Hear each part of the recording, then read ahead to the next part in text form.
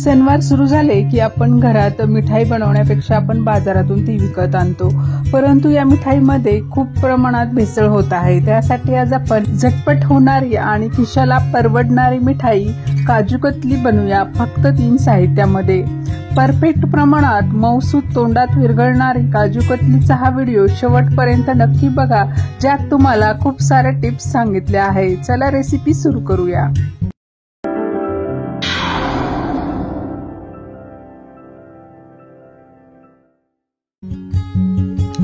काजू कतलीसाठी मी 300 ग्राम काजू येथे घेतलेले आहे। हे चांगल्या क्वालिटीचे काजू आहेत, परंतु काजू घेताना त्यात आपल्याला थोडं चेक करून घ्यायचे आहे। काही काजूंमध्ये किडलेले असतात किंवा काही खराब काळे असतात, तर ते थोडं चेक करून आपण हे काजू घ्यायचे आहेत। त्या काजूचे तुम्ही तुकडेही करून घेऊ शकता आणि आपण याला आता मिक्सर मध्ये काढणार आहोत। थोडे थोडे करून आपण मिक्सर मध्ये घालायचे आहेत आणि पल्स मोड वर याला फिरवायचं आहे। जास्त तुम्ही याला फिरवलं तर याचं ऑइल निघतं, हे तेलकट असतात। त्यासाठी आपल्याला रवेदार असं दळून घ्यायचं आहे आणि पल्स मोडचा वापर करायचा आहे। चाळणीमध्ये टाकून चाळून घ्यायचं आहे, जेणेकरून जाड कण जे राहतात ते आपल्याला पुन्हा मिक्सर मध्ये टाकून फिरवून घ्यायचं आहे। या प्रकारची रवेदार अशी पावडर बनवून घ्यायची आहे आणि जे जाड उरलेलं आहे त्याला आपण पुन्हा मिक्सर मध्ये घालून दळून घेणार आहोत। अशा पद्धतीने सर्व काजूची पावडर बनवून घ्यायची आहे। काजूचं पावडर झाल्यानंतर दुसरी स्टेप आपल्याला थाळीला तूप लावून घ्यायचं आहे आणि लाटण्यालाही तूप लावून घ्यायचं आहे। तुम्ही ट्रे सुद्धा घेऊ शकता किंवा पोळपाटालाही तुम्ही तूप लावून ग्रीस करून घेऊ शकता। ही पूर्व तयारी आपल्याला आधी करून घ्यायची आहे, त्यानंतरच आपण काजू कतली बनवायला घेणार आहोत। काजू कतली बनवताना नॉनस्टिक पॅनचाच तुम्हाला वापर करायचा आहे, जेणेकरून ती खाली लागत नाही। यामध्ये मी 300 ग्राम काजूसाठी 150 ग्राम साखर घेतलेली आहे। कपनी हे 1 कप आहे। जर वाटीने घ्यायचं तर 1 वाटी घेऊ शकता आणि अर्धा वाटी त्यामध्ये तुम्ही पाणी घालायचं आहे। मी यामध्ये अर्धा कप पाणी घातलेलं आहे, जेणेकरून साखर त्यामध्ये बुडेल इतपत पाणी घातलेलं आहे। आता आपल्याला ही साखर वितळूपर्यंत याला हलवत राहायचं आहे। 5 ते 7 मिनिटांमध्ये ही प्रोसेस पूर्ण होते, त्यासाठी गॅसची फ्लेम मंद ठेवायची आहे। फ्रेंड्स, चॅनलवर परफेक्ट गुलाबजामची रेसिपी आणि इंदोरची फेमस अशी मावा बाटी कशी करायची याची लिंक मी आय बटन आणि डिस्क्रिप्शन मध्ये दिली आहे, तेथे जाऊन तुम्ही हे 2 व्हिडिओ नक्की बघा। 7 मिनिटांमध्ये साखर पूर्णपणे वितळलेली आहे। गुलाबजामुनसाठी आपण ज्या पद्धतीने पाक तयार करतो त्याच पद्धतीने हे तयार करून घ्यायचं आहे। तुम्ही बघू शकता शेवटचा थेंब थोडा घट्ट पडतोय।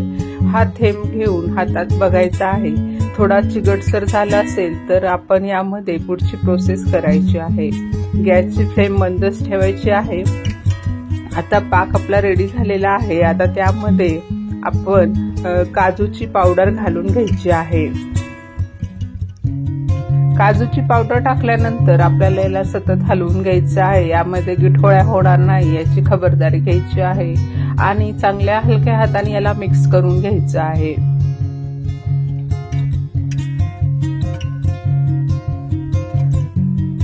तीन ते 4 मिनिटांमध्ये मिश्रण चांगलं मिक्स झालेलं आहे।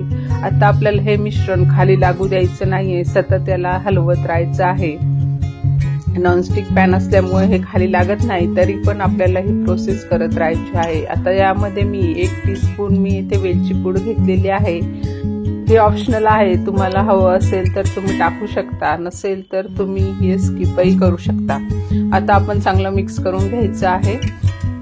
सारखी चमकदार अशी काजू कतलीसाठी त्यामध्ये 2 टेबलस्पून आपल्याला शुद्ध तूप घालायचं आहे आणि हे तूप थोडं थोडं घालून आपण चांगलं मिक्स करून घ्यायचं आहे। यामुळे काय होतं की काजू कतली नरम होते आणि त्याला एक शाईन येते।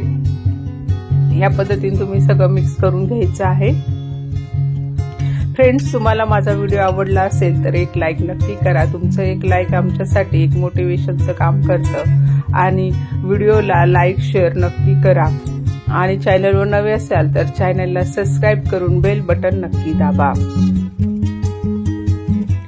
तुम्ही बघू शकता इथे 2 मिनिटं झालेले आहे आणि मिश्रण चांगलं शिजतंय। काजू कतली ही भारतीय पारंपरिक मिठाई आहे। याचा पूर्व इतिहास जर बघितला तर 16व्या शतकातल्या मराठा साम्राज्याच्या राजघराण्यातील प्रसिद्ध शेफ भीमराव यांनी ही सर्वप्रथम ही काजू कतली तयार केली। काजूचं मिश्रण जोपर्यंत पॅन सोडत नाही आणि त्याचा थोडासा घट्टसर गोळा होत नाही तोपर्यंत आपण याला शिजवून घ्यायचं आहे। 7 मिनिटं झालेले आहे आणि हळूहळू मिश्रण पॅन सोडायला लागलेलं आहे। आता ह्या स्टेजवर आपल्याला एका प्लेटमध्ये थोडंसं मिश्रण घेऊन त्याचा गोळा बनतोय का हे बघायचं आहे। जोपर्यंत 2 हातामध्ये गोळा तयार होत नाही तोपर्यंत याला शिजवायचं आहे आणि गोळा तयार झाला की गॅस बंद करून घ्यायचा आहे, तरीही त्याला हलवत राहायचं आहे। या मिश्रणाची गोळी तयार होत आहे। आता हे मिश्रण काजू कतलीचं रेडी झालेलं आहे। याला थोडंसं आपण थंड करून घेणार आहोत एक 10 ते 15 मिनिटं। त्यानंतर आपण याला थाळीवर टाकून घेऊया। नॉनस्टिक कढई वापरल्यामुळे हे मिश्रण कढईला लागत नाही आणि वायाही जात नाही। त्यासाठी नॉनस्टिक कढईचा वापर तुम्ही नक्की करा। त्याला आणि लाटण्याला आपण तूप लावलेलं असल्यामुळे हे मिश्रण बिलकुलही चिकटलेलं नाही आणि आपल्याला पराठ्यासारखं जाडसर आपल्याला हे लाटून घ्यायचं आहे। एकसारखं लाटायचं आहे जेणेकरून एकसारखा आकारात आपली काजू कतली तयार होईल। आता 5 ते 10 मिनिटं आपण याला थंड करून घेऊया। यावर तुम्हाला हवं असेल तर चांदीचं वर्क लावू शकता। जर तुमच्याकडे अवेलेबल नसेल तर तसंही तुम्ही काजू कतली करू शकता। थोड्या वेळ ही काजू कतली सेट होण्यासाठी ठेवा आणि थंड झाल्यानंतर आता काजू कतलीला क्लासिक डायमंड आकारामध्ये कट करा किंवा नसेल जमल तर तुम्ही चौकोनी आकारातही कट करू शकता। सर्व स्टेप्स फॉलो केल्यानंतर सुंदर अशी काजू कतली तोंडात विरघळणारी मऊसूत तयार होते। ही काजू कतली तुम्ही एअरटाईट कंटेनर मध्ये भरून ठेवली तर ती 8 दिवस आरामात टिकते।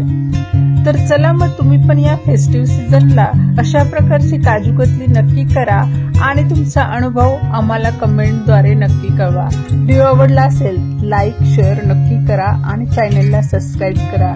तर भेटूया नवीन रेसिपी मध्ये।